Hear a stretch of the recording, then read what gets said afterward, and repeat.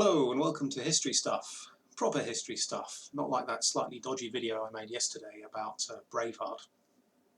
This is the third in a series of videos I'm making about the life and career of Gruffudd ap Gwenwynwyn, Lord of Southern Powys in 13th century Wales. And in the last video I made a mistake. I said that he defected to Llywelyn ap Gruffudd, the Lord of Gwynedd, in 1257, when in fact he didn't. He defected 6 years later in 1263. I didn't realise until after I'd made the video and I checked my notes. So I'll probably make lots of mistakes of that kind, dates, places, people, events, but I'll just try and correct myself as and when. So 1257 was a very important and dramatic year in the history of Wales in this era. It really witnesses the rise to prominence of Llywelyn ap Gruffudd. He wants to unite the whole of Wales, the whole of the Principality, under his rule, under his control, and he embarks upon this large-scale campaign to drive out the English and to bring the other princes of Wales under his control, into his allegiance. And his allies in South Wales in 1257, they win this very dramatic, spectacular battle at a place called Cymerai in South Wales in the Towey Valley, where they wipe out an English army which has been sent into South Wales on behalf of the Lord Edward, Henry III's eldest son, later Edward I. Edward himself is not present, he stays in London, but the army is led by a knight of Gascony called Stephen Bowsan. And Stephen and all of his knights and most of his men, they're wiped out at this battle, exterminated. It's a very significant victory, and it forces the king, Henry III, to take action, and he leads this very half-hearted campaign into North Wales, where he marches as far as Ganwy on the banks of the River Conwy. But the weather is appalling, the king's heart isn't really in it, his army is hit by dysentery and disease, it's cut to bits by Welsh guerrilla fighters, and in the end he gives up, turns around and trudges back to England, having not achieved very much. And this is also very bad news for Gruffudd, because he's still an English loyalist at this point. And Henry's defeat and Edward's defeat also means a defeat for Gruffudd, and he's once again driven out of Southern Powys. This poor chap, he cannot hold on to his lands in Powys for love nor money. This is the third time in his life he's been driven out and forced to seek refuge in England. The king compensates him with lands in Northamptonshire, but this isn't enough really to make up for what he's lost. So Gruffudd, being ever the survivor and the fighter, he spends the next 2 years trying to make up for his territorial losses in Wales by attacking his neighbours on the Welsh March, in particular the Corbetts, who are his mother's family, they're his relatives, but obviously not very close, not very friendly. And what he does is he conquers a very large chunk of territory in the mid-march, the Middle Marches, which belongs to the Corbetts. And by 1263 he has taken the Corbett castle, which is called Wyddgrug. Apologies for my Welsh pronunciation, I do my best, but I'm not very good. Otherwise known as Nant Cribba, on the western end of the Long Mountain. And he also conquers the bulk of the Gorddur and the Corbett lands between the rivers Camlad and the Severn. So he's taken a very large chunk of territory that belongs to his relatives. But then the king, Henry, chooses to intervene, and very unusually, for the first time really, he actually tries to restrain Gruffudd. He says to him, no, you can't do that, you can't have the land that belongs to the Corbetts, you've got to give it back. And this is a mistake really, because up until this point the only reason Henry has retained Gruffudd's loyalty over the course of the past 30 years is because he's really given the guy everything he wants. In return for Gruffudd agreeing to fight against other Welsh princes, mainly the rulers of Gwynedd, Henry has paid him very large sums of money and allowed him to pretty much get up to whatever he likes on the march, to fight whoever he likes, conquer as much land as he likes, pretty much ignore the law, do whatever he wants, grab whatever he wants. But now the king chooses this moment to put his foot down and say, no, you've gone too far, you've got to give those lands back to the Corbetts. And Gruffudd, his reaction is just to sort of shrug his shoulders and go, oh, okay, if you're not going to give me what I want, I know a man who will. And he goes and joins Llywelyn. There are other reasons for Gruffudd's defection. 1263 is really the high point of Llywelyn's career. He's been very successful over the past few years. He's carried on winning victories against the English and their allies in Wales. And Gruffudd is probably looking at this situation and thinking, well, if I don't come to some kind of arrangement, some kind of agreement with Llywelyn, I'm never going to recover any kind of foothold in Wales ever again. So he's a smart enough politician to put aside his personal feelings and his sort of hatred, his ancestral bitterness against Gwynedd, and enter into a very sort of pragmatic alliance with Llywelyn. And Llywelyn, for his part, is prepared to do the same, because their two dynasties have been rivals, and they've been at war on and off for many generations now. But for the sake of mutual interest, they agree to bury the hatchet, and they become allies in 1263. And they draw up, in December 1263, they draw up this very complicated agreement, which is very long. The treaty, the alliance treaty that they draw up runs into several pages, and it's one of the more complicated agreements from this era. And the fact that it is so long and it is so complicated and it's got all these clauses and sub-clauses really implies the level of distrust between two main parties, between Llywelyn and Gruffudd. They are prepared to let bygones be bygones for the sake of mutual interest, mutual gain, but it's clear that they don't trust each other 1 inch. And I can give you a few examples. Obviously, I'm reading from my notes from this book, again, by David Stevenson, excellent book on medieval powers.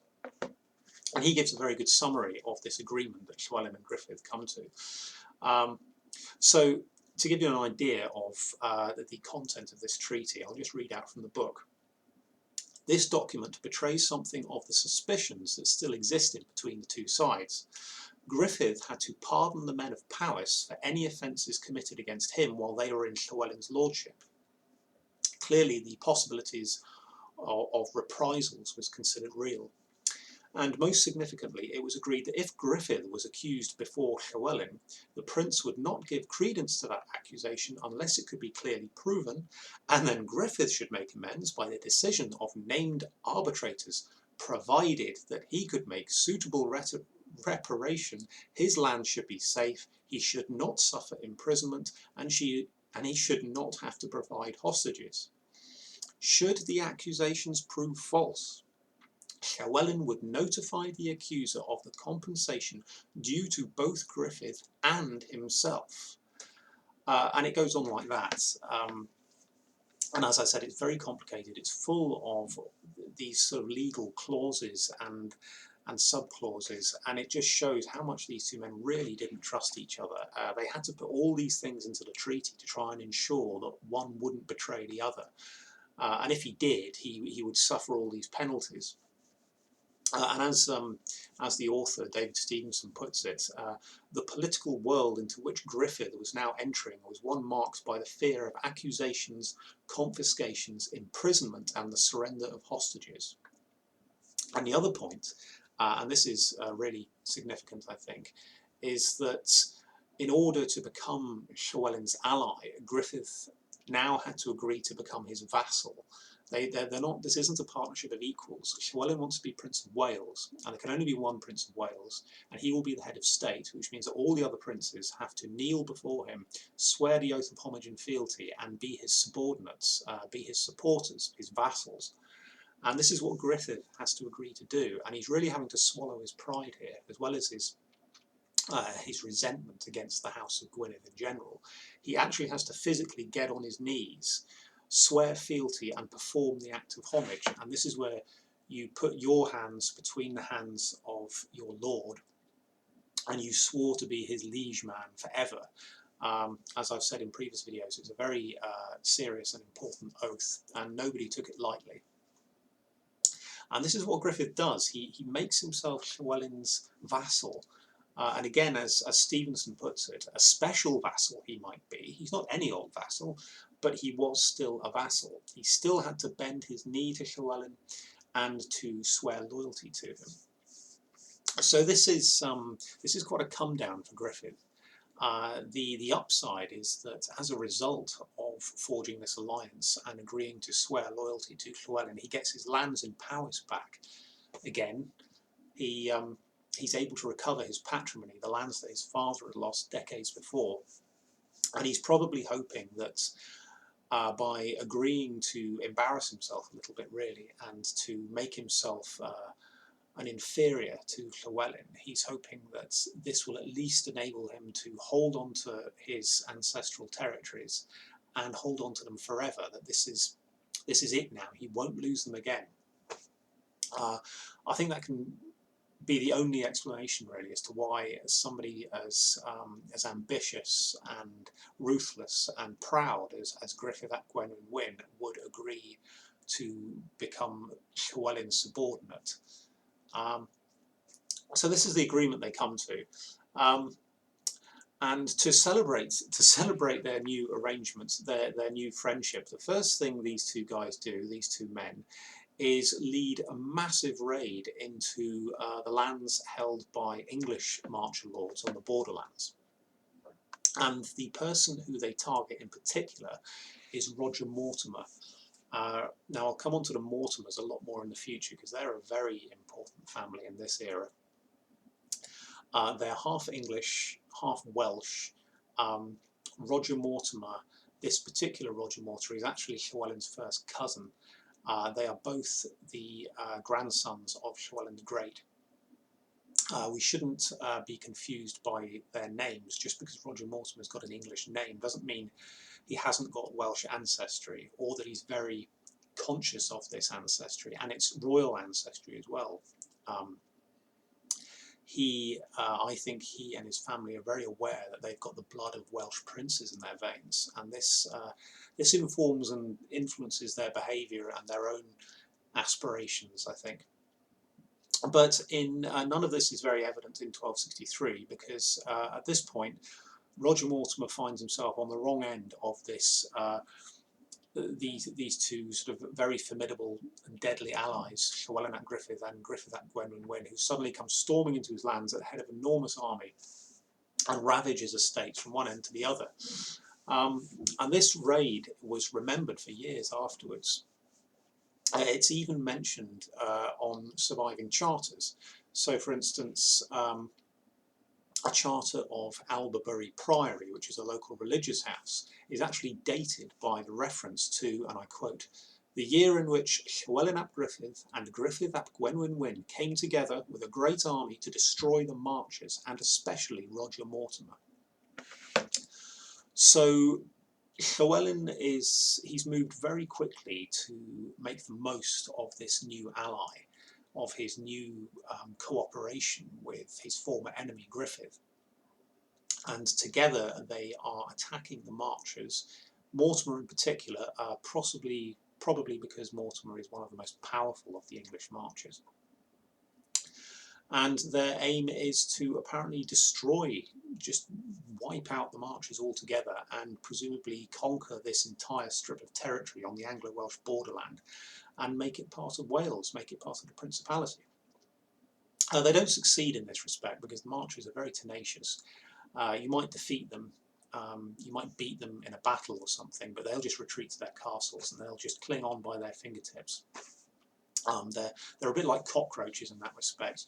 It's very difficult to destroy the marcher lords. They're not for shifting. They will just hang on no matter what you do to them. And this is especially true of Mortimer. Roger Mortimer has this very action-packed career in which he's repeatedly attacked. If he's not fighting the Welsh, he's fighting the King of England. Quite often is defeated, does very badly. He loses entire armies, he loses castles, his lands are plundered and ravaged. But he's much like Gruffudd. He's a born survivor, and you just cannot put him down. He just keeps springing back up again. you get the impression that these men are just exceptionally tough. All of them, really. They're incredibly tough, incredibly stubborn. They don't really care if they lose a battle or they lose a war, because they'll just try again, like next month or next year or something. But so that's what is going on at this stage of Gruffudd's career. He has done a complete 180. He's changed the habits of a lifetime, put aside his ancestral bitterness and his hatred against the House of Aberfraw, the Lords of Gwynedd, and forged what looks like a very effective and slightly scary alliance with Llywelyn ap Gruffudd. And I'll leave them both having a great time setting fire to pretty much everything on the march, especially the lands of Roger Mortimer. So that's it for now, and hope you enjoyed that, and hopefully speak to you again later.